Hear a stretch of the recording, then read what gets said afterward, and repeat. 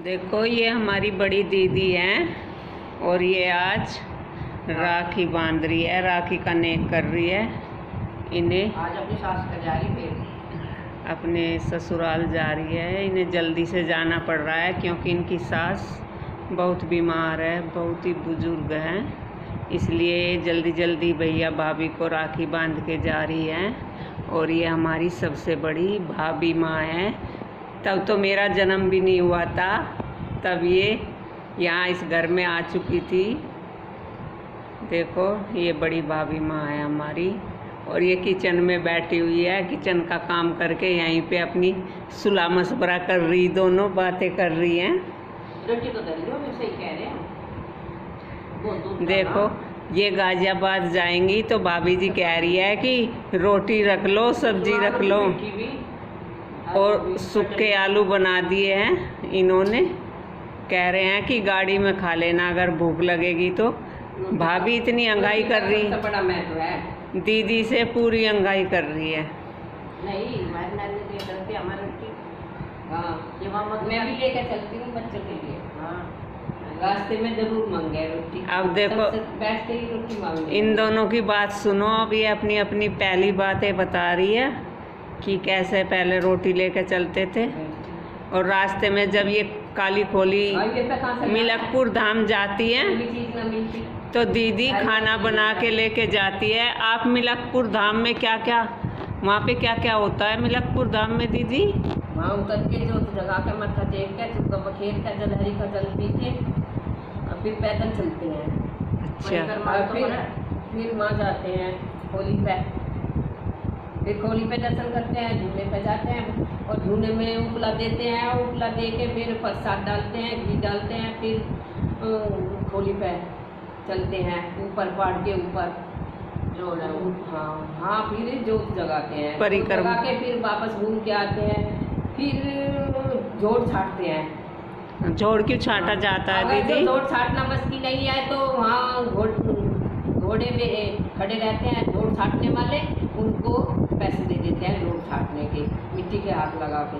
क्यों जोड़ की क्या वहाँ पे महत्वता है? जो जितना जोड़ छाटते हैं, जोड़ का बहुत बड़ा धर्म है, उतने ही संकट कट जाते हैं।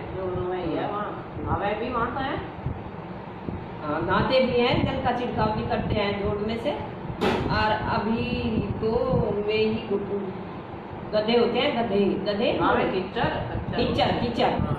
कीचड़ पे छाटते हैं वे जोड़, और इसलिए सभी उनको पैसे देते हैं। कितना बड़ा जोड़, सभी जाति हैं, कितना बड़ा जोड़, बहुत बड़े बड़े हैं। 7 जोड़ है वहाँ, एक मिलकपुर में है, एक गुल्लर वाले का है, एक और तीसरा जोड़ खोली पे है, और चौथा जोड़ पहाड़ की परिक्रमा देते हुए है, और 5वां जोड़ पहाड़ के ऊपर है, पर्वत के ऊपर है। क्या वहाँ पर कोई दिव्य शक्ति है या वहाँ पर बनाया हुआ अपना ही लोगों का धाम? शक्ति है वहाँ पर। कृष्ण जी हैं, भगवान कृष्ण जी ने वहाँ दर्शन दिए थे नंदू साध गाय चराते थे।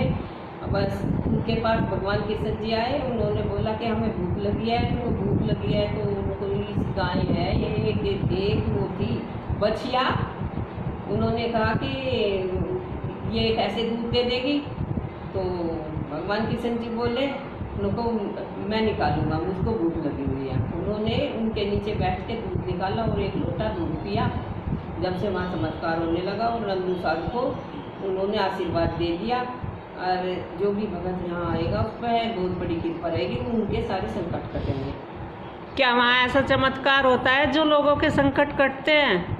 ऐसा चमत्कार होता है नंदू साध के, उनके ही परिवार की वहाँ जो गुरु जी की तस्वीर है उस पे माथा टेक के सब उसी से ही मनोकामना पूरी होती है।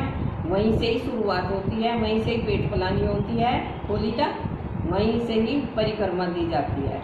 क्या आप भी वहाँ पर कोई अपना वो लेके गई थी? अब मेरा पोता हुआ था तो मैं वहाँ कुआ पूजन कर गई थी।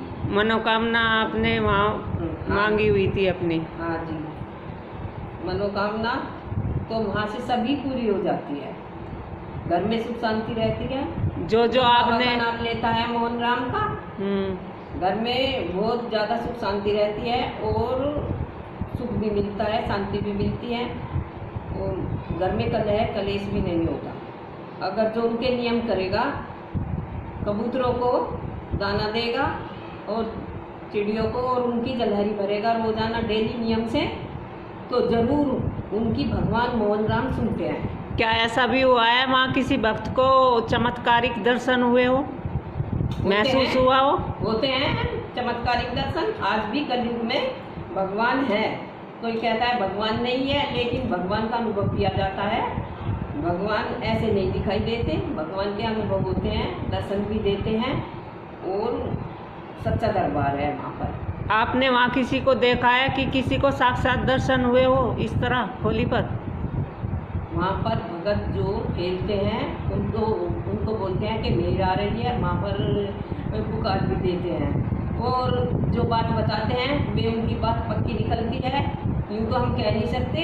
आपके जो डुप्लीकेट भगत हो जाते हैं उनका तो भगवान जो होता है वो ही जानता है, और जो सच्चे भगत होते हैं तो उन सच्चे भगत की भगवान जरूर सुनता है। जब पुकार आती है तो उनके सारे काम पूर्ण हो जाते हैं। दीदी ये ज्ञान देने के लिए बहुत या शादी किसी के बच्चा ना हो तो बच्चा भी हो जाता है, किसी का कोई झगड़ा मुकदमा कुछ हो उससे भी वे बहाल हो जाते हैं और सभी संकट वहाँ पर कटते हैं। मुझे तो लगता है जितने संकट वहाँ पर कटते हैं किसी धाम पे, तो देखो सभी किसी भी धाम पे चले जाओ कहीं भी, वैसे तो अच्छा ही होता है।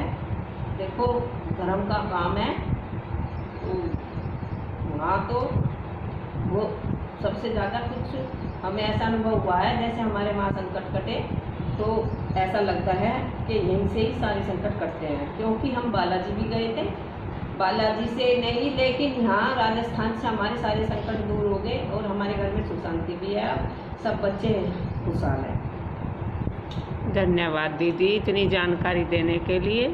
देखो फ्रेंड्स, मेरी यूट्यूब फैमिली, अगर आपको मेरा ब्लॉग पसंद आए तो आप सब्सक्राइब, लाइक और कमेंट करके मुझे अवश्य बताएं।